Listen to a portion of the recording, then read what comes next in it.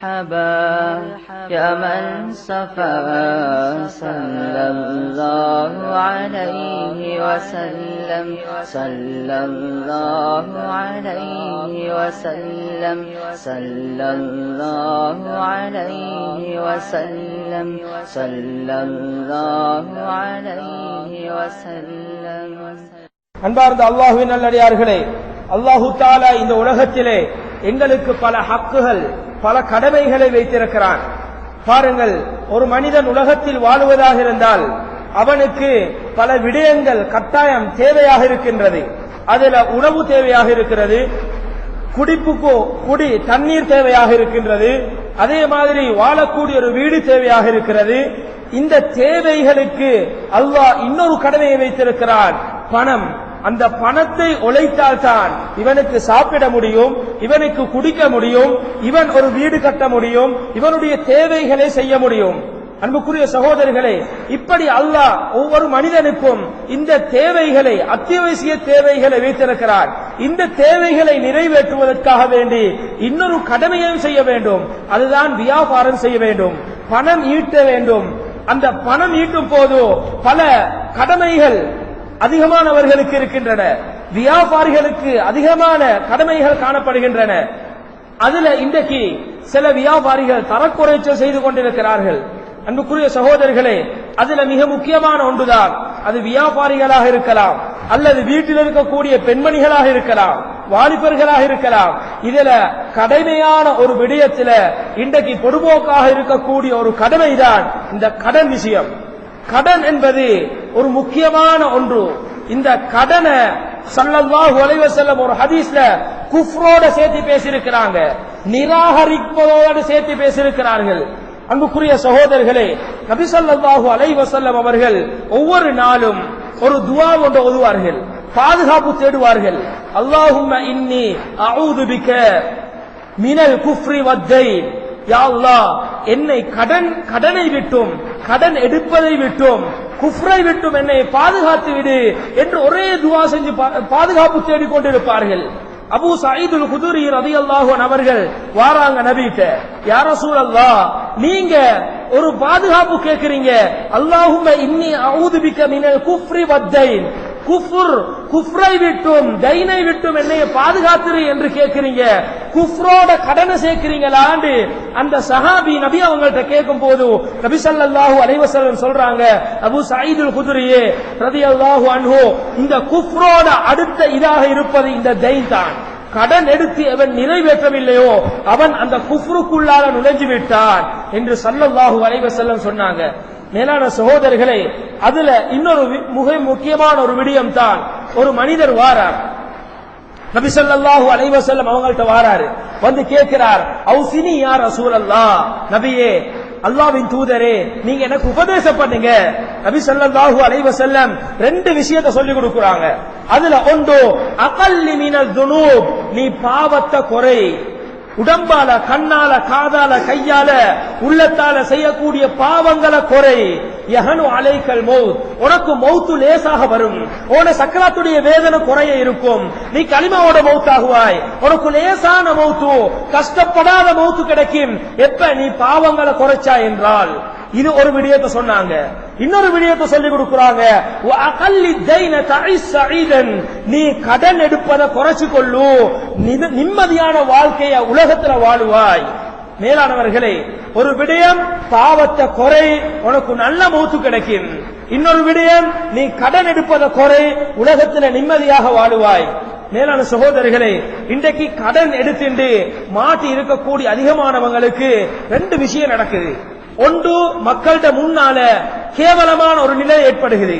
இவ்வளவு கடன் எடுத்து அந்த கடனை ஒவ்வொருத்தரும் வந்து வீட்டுல கேட்கிறது, ஒவ்வொருத்தரும் வந்து அந்த கடன் எடுத்தவனுடைய தம்பிட்ட, நானட்ட, ஃபெமிலிட்ட வந்து சொல்றது, இப்படியான மான பிரச்சனை ஒன்று ஏற்படுகிறது.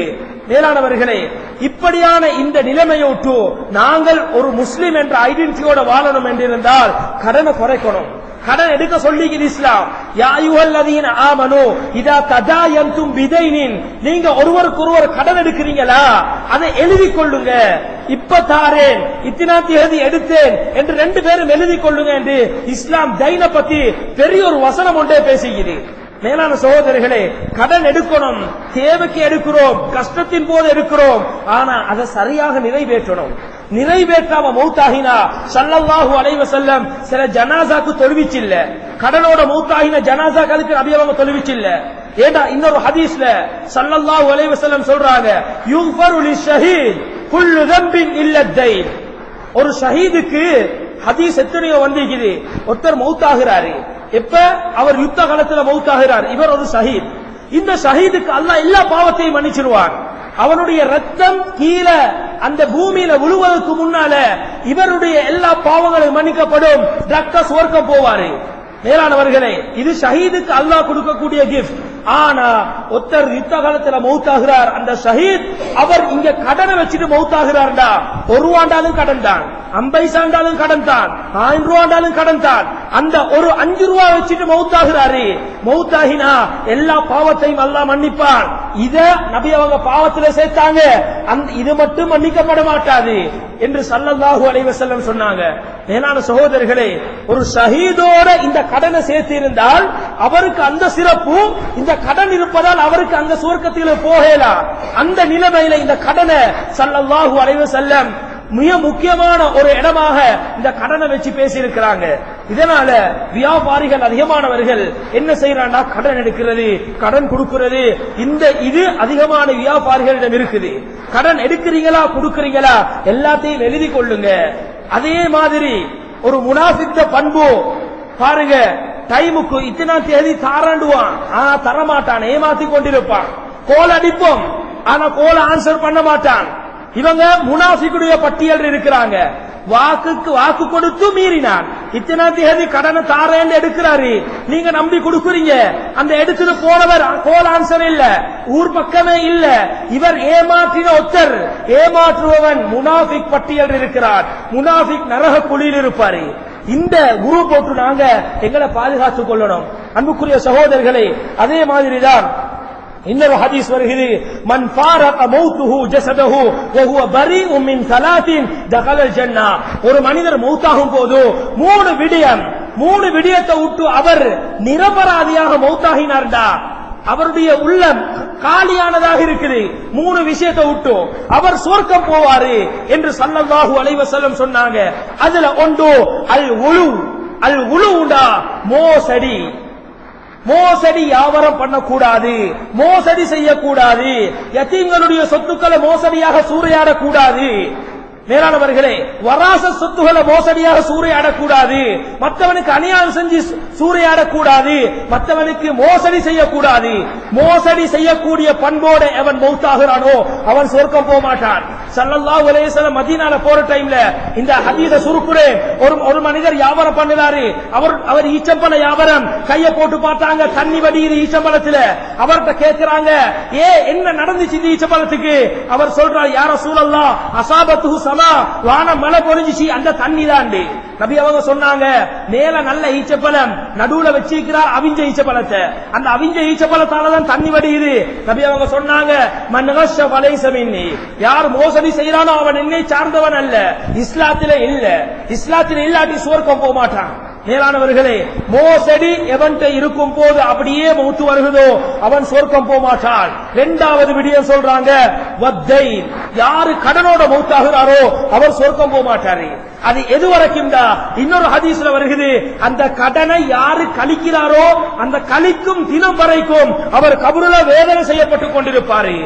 மேலான சகோதரர்களே, 3வது ஒரு விடயம் இருக்குது, அதுதான் அல் கிபர். பெருமையோட யார் உலகத்தில் வாழ்ந்துட்டு அதே நிலைமையில மௌத்தாகிறாரோ இவரும் சொர்க்கம் போக மாட்டாரு.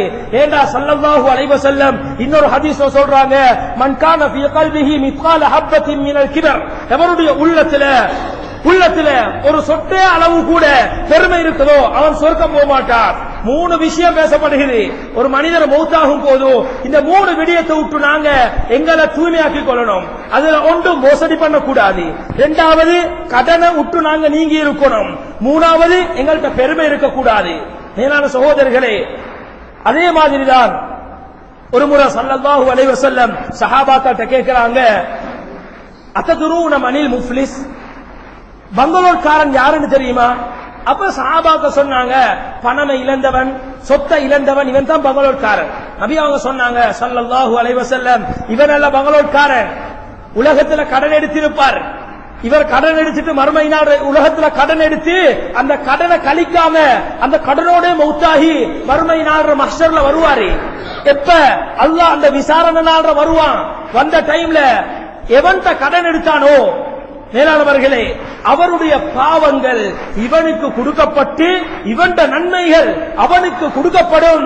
இப்ப இவன் பாவத்தை சம்பாதிச்சு நல்லத அந்த கடன் கொடுத்தவனுக்கு கொடுத்தது. இதனால இவன் பங்களோட்காரன், மறுமையில பங்களோட்காரன் கடன் எடுத்துட்டு உலகத்துல நிறைவேற்றாம மௌத்தாகி மஹ்ஷருடைய மைதானத்துல தாண்ட நன்மையை மற்றவனுக்கு கொடுக்கும் போதோ இவன் பங்களோட்காரன் என்று ஸல்லல்லாஹு அலைஹி வஸல்லம் சொன்னாங்க. மேலானவர்களே, கடன் எடுப்பது ஒரு தேவை, இஸ்லாம் அனுமதிச்சிருக்குது. அதுக்கு தனியேண்டு ஒரு பாடம் ஒன்றை இஸ்லாம் வச்சிருக்குது. கடன் எடுக்கணும், ஆனா அதை சரியாக நிறைவேற்றணும், மௌத்துக்கு முன்னால கொடுத்து முடிஞ்சிடணும். மேலான சகோதரர்களே, அதே மாதிரிதான் இன்னொரு ஹதீஸ்ல ஸல்லல்லாஹு அலைஹி வஸல்லம் சொல்றாங்க, அய்யுமா ரஜுலின் ததாயன தைனன் வஹுவ முஜ்மிஉன் இல்லா யுவஃபீஹு இய்யாஹு லகியல்லாஹு சாரிகன். உலகத்துல கல்லன்று சொல்றோம், ஒரு வீட்டை உடைச்சி பணத்தை எடுத்தவன், இப்படி கடையை உடைச்சி பணத்தை எடுத்தவன், இவங்களை கல்லன்று சொல்றோம். ஆனா அல்லாஹ் கல்லனத்தன் இருக்கிறான். அவன் யாரு தெரியுமா? உலகத்துல கடன் எடுத்துட்டு அவன் கடனை கழிக்காம அவனுடைய ஃபெமிலியும் கழிக்கல. இவர் மஹ்ஷருடைய மைதானத்துக்கு வருவாரு. எனக்கு நன்மை, நான் நல்லா செஞ்சு இருக்கிறேன் தானே, குர்ஆன் ஓதி இருக்கிறேன் தானே, தொழுது இருக்கிறேன் தானே, ஜகாத் கொடுத்திருக்கிறேன், ஹஜ் செஞ்சிருக்கிறேன், நான் சொர்க்கம் போவேன் என்ற எண்ணத்துல வருவாரு. ஆனா வந்தாலும் அல்லாஹ் அந்த இடத்துல அவனை பார்ப்பான். இவன் கள்ளன் என்ற அந்த பட்டியல் இவன் சேருவான் என்று ஸல்லல்லாஹு அலைஹி வஸல்லம் சொன்னாங்க. மேலானவர்களே, உலகத்துல கள்ளன் என்பதை நிரூபிச்சாலும் அதுக்கு சட்டம் சொல்லி கைய வெட்டுங்க, ஏதாவது செஞ்சு தௌபா எல்லாம் செஞ்சுக்கலாம்.